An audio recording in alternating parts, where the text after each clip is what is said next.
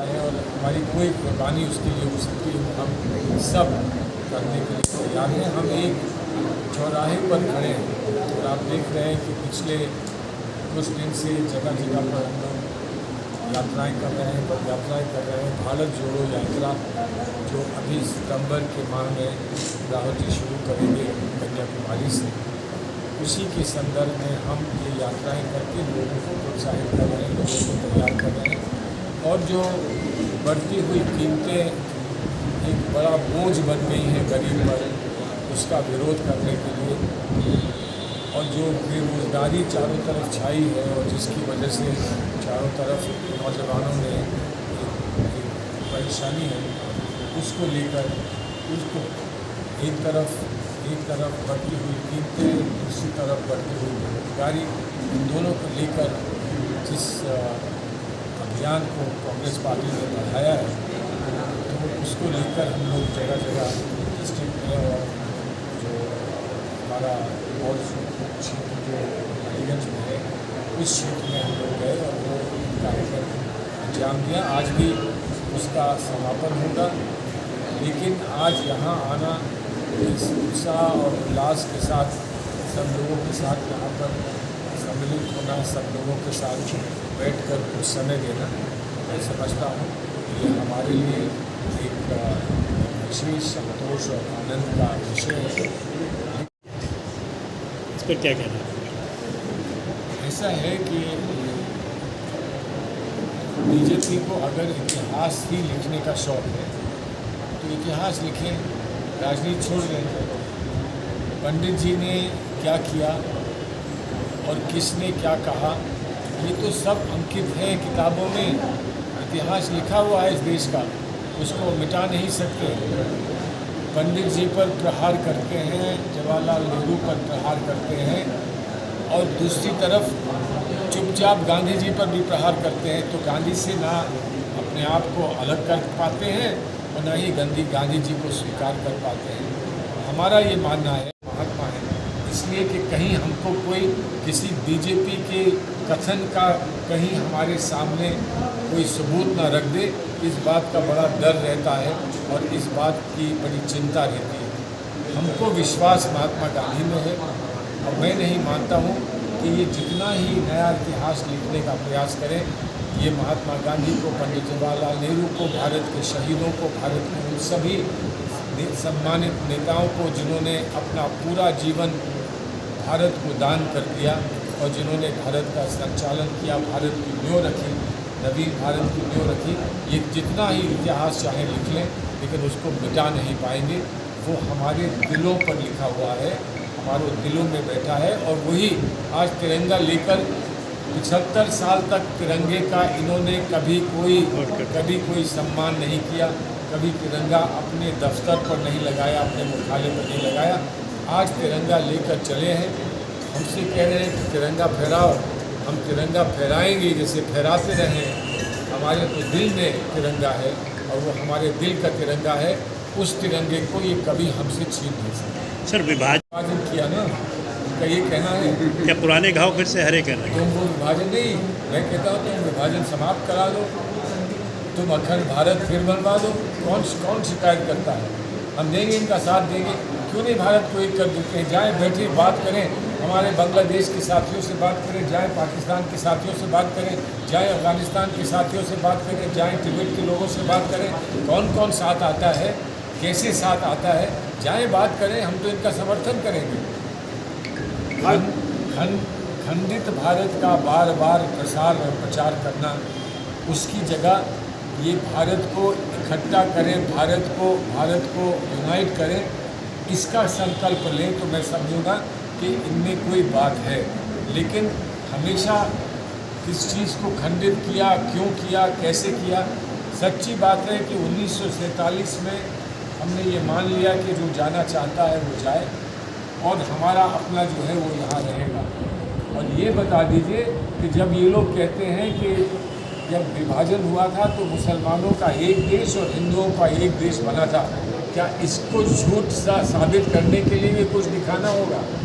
क्या इस गंगा के किनारे मुसलमानों ने रुककर और हमारे हिंदू भाइयों ने उनका हाथ पकड़ के ये नहीं कहा था ये है माँ तुम्हारी दी और हमारी दी, इस माँ को छोड़ के ना जाना। और इसलिए इतने बड़ी संख्या में मुसलमान भारतवर्ष में हैं। हमने कहा था कि हम पाकिस्तान नहीं बनना चाहते हैं, पाकिस्तान नहीं जाना चाहते हैं, तो और बात है, नहीं जाना चाहते हैं, पाकिस्तान नहीं बनना चाहते हैं। ये भारत के हिंदुओं ने और मुसलमानों ने ये कहा था, बौद्ध और सिखों ने ये कहा था कि भारत पाकिस्तान नहीं बनेगा, भारत भारत है, ये अनूठा है, भारत सबका है, इसमें सब रंग के फूल हैं और जो इसमें हज़ारों रंग के फूल हैं, उन फूल से सुगंधित हमारा भारत, इसको हम प्रणाम करते हैं, इसकी हम जय जयकार करते हैं और इसीलिए हम जय हिंद करते हैं।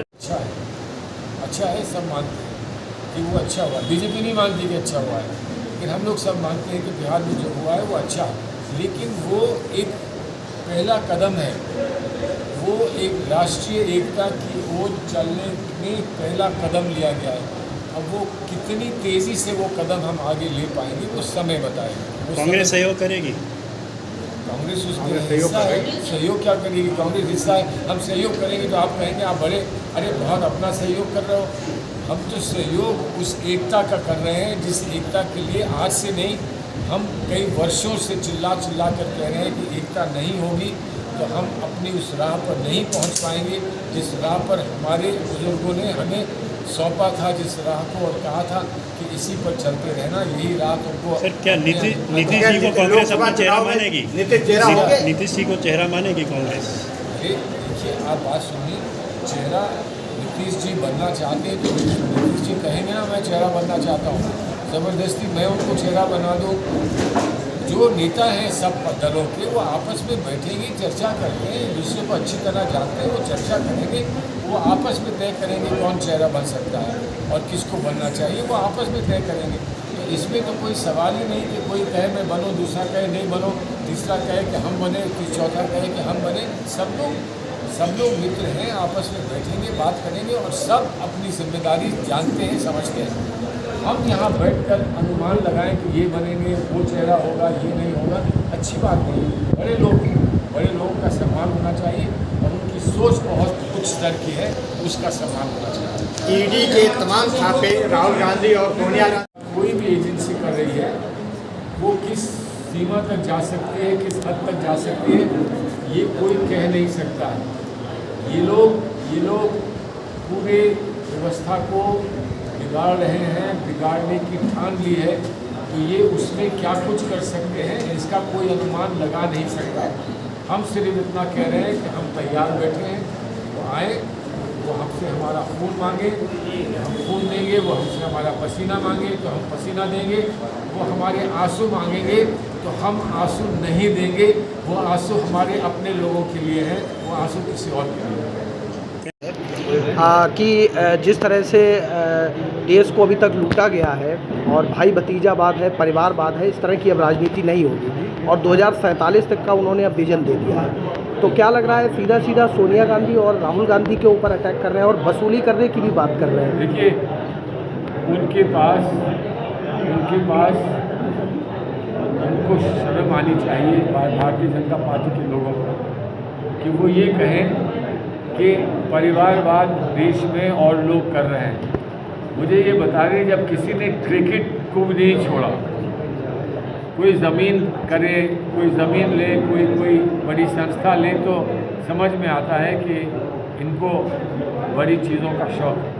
लेकिन जो क्रिकेट का खेल है उसको भी नहीं छोड़ा भारतीय जनता पार्टी के जो कार्यकर्ता हैं या उनके जो नेता हैं, और क्रिकेट का खेल भी उन्होंने अपने काबू में ले लिया। फिर बचा क्या है? जब खेल भी नहीं बचेगा तो क्या बचेगा इस देश में?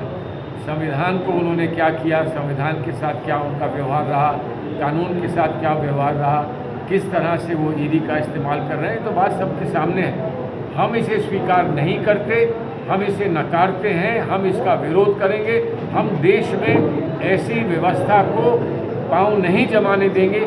हम ये चुनौती यहाँ से खुल कर देंगे। नहीं, परिवारवाद को लेके बार बार अटैक कर रहे हैं। आज लाल किले से भी ये बातें कही गई परिवारवाद को लेके कि जो जिन लोगों ने अभी तक देश को लूटा है परिवारवाद में, भाई भतीजावाद में, उनसे अब उन चीज़ों को वापस लिया जाएगा। अरे भाई, एक बात तो कहिए, 80, 85, 90 लोग हैं जिनके परिवार भारतीय जनता पार्टी में आज नंगा नाच नाच रहे हैं, पहले उनका हिसाब दे दे, फिर दूसरे पर उंगली उठाएं।